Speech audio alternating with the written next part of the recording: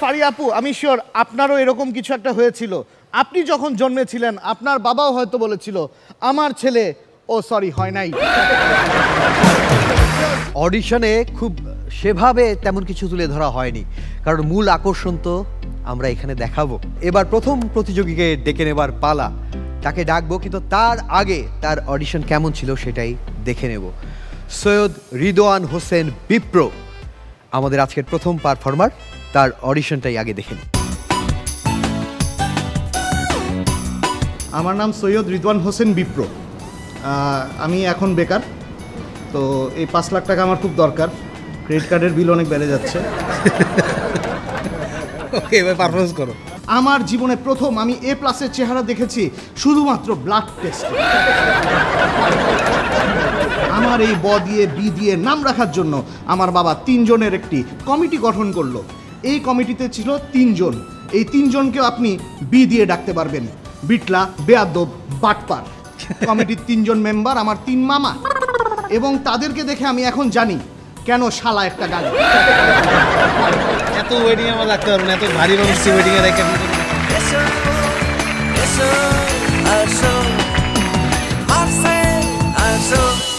Wow, দুর্দান্ত audition দেখে কিন্তু মন ভরে গেছে।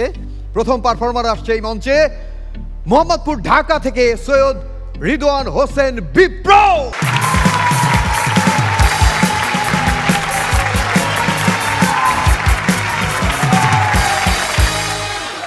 আসসালামু আলাইকুম জাজেস।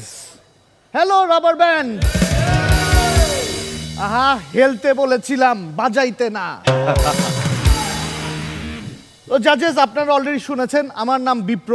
এই নামটা, এই অদ্ভুত নামটার পিছনে একটা অদ্ভুত কাহিনী আছে। আমার বাবা সব বাবার মতো না, আমার বাবা অনেক ডিফারেন্ট। নর্মালি কি হয়, একটা বাচ্চা যখন জন্মগ্রহণ করে তখন বাবারা দেখে কিছু একটা বলে, আমার ছেলে ডাক্তার হবে, আমার ছেলে উকিল হবে, আমার ছেলে দেখতে খারাপ, এটা ইঞ্জিনিয়ার। ফারিয়া আপু, আমি শিওর আপনারও এরকম কিছু একটা হয়েছিল। আপনি যখন জন্মেছিলেন আপনার বাবাও হয়তো বলেছিল আমার ছেলে সরি হয় নাই। আমার বাবা আমার পিচ সবসময় ছাড়ে না। আমার একটা গার্লফ্রেন্ড হয়েছে। রনি ভাই তালি দেন, আমার একটা গার্লফ্রেন্ড হয়েছে। খুবই ভালো খবর। তারেক ভাই এই চেহারা নিয়ে যদি বউ থাকতে পারে, আমার গার্লফ্রেন্ড থাকতে পারে না? অবশ্যই। আমার গার্লফ্রেন্ড প্রত্যেক রাতে ফোন দিত, বাবু ভাত খাইছ, বাবু তোমার কি ঘুম আসছে? আমার এটা নিয়ে বেশি সমস্যা না, আমার সমস্যা হচ্ছে আমার বাবার নাম বাবু।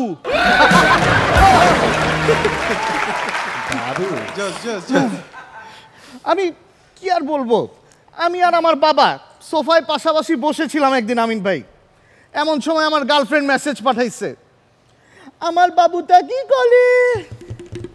আমার মেজাজ গেছে খারাপ হয়ে, আমি মোবাইলটা আমার বাবার দিকে দিয়ে দিলাম। আমার বাবা আমার মোবাইল থেকে আমার গার্লফ্রেন্ডকে লিখছে, এখন কথা বলা যাবে না, পাশে ছেলে আছে।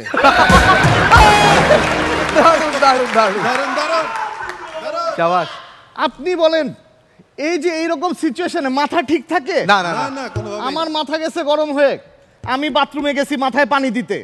এই সময় আমার আব্বা আমার মোবাইল নিয়ে আমার গার্লফ্রেন্ডে ফোন দিছে। আমার গার্লফ্রেন্ড ফোনটা ধরে বলে, গুড মর্নিং বাবু। ফারিয়া আপু, এটা ছিল আমার বাবার প্রথম ডিজিটাল কিস।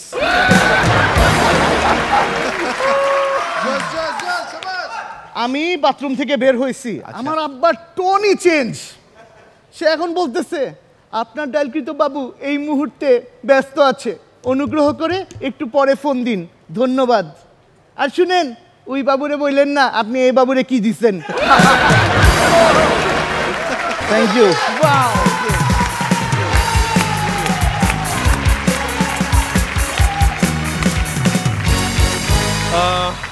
দুর্দান্ত, মানে যে হাসো 7 যে জমে উঠবে প্রথম পারফরমেন্স দেখে বুঝে গেছে। Thank you. শুরুতে আমিন ভাই। বিপ্র, একটা তো ফায়ার হয়, মানে যে আশা নিয়ে শুরু হয়েছে সিজন 7, আমার মনে হয় তার চেয়ে বেশি আরো বড় বড় ট্যালেন্ট এবার আসছে, অসাধারণ ছিল। আরো ডেঞ্জারাস কিছু অবশ্যই পাবো, সে আসলে না বিপ্রর জন্য জোরে একটা হাত তালি। আচ্ছা একটু বলে রাখি যে আমিন ভাই যে মাঝে মাঝে ঠিয়া করে, এটা কিন্তু রেগুলার, যার পারফরমেন্স ভালো হয় তাকে এরকম গুলি করে, কারণ আমিন ভাইয়ের রয়েছে কাটা রাইফেল। একটা আমিন ভাইয়ের কাটা রাইফেল একটি ফিল্মের নাম। হ্যাঁ ওকে, শবনম ফারিয়া কেমন লেগেছে আপনার? আমার তো খুব ভালো লাগছে যে স্টার্টিংটা এরকম একটা মানে একদম ধামাকাদার স্টার্টিং তো ভালো লাগছে। কিন্তু আপনি একটা কথা ঠিক বলেছেন, অ্যাকচুয়ালি আমার বাবা মা আমাকে দেখে একটু অবাক হয়েছিল, বিকজ 2 কন্যার পরে they were expecting a son and then আমাকে দেখেছে, সো ওর জোকটা অ্যাকচুয়ালি রিলেটেবল আর কি। তুষার ভাই আপনার কেমন লেগেছে? মর্নিং শোজ দ্য ডে খুব ভালো হয়েছে, এবং আসলে আমাদের শুরুটা তুমি অনেক ভালো শুরু করে দিয়েছো। ঠিক আছে বিপ্র।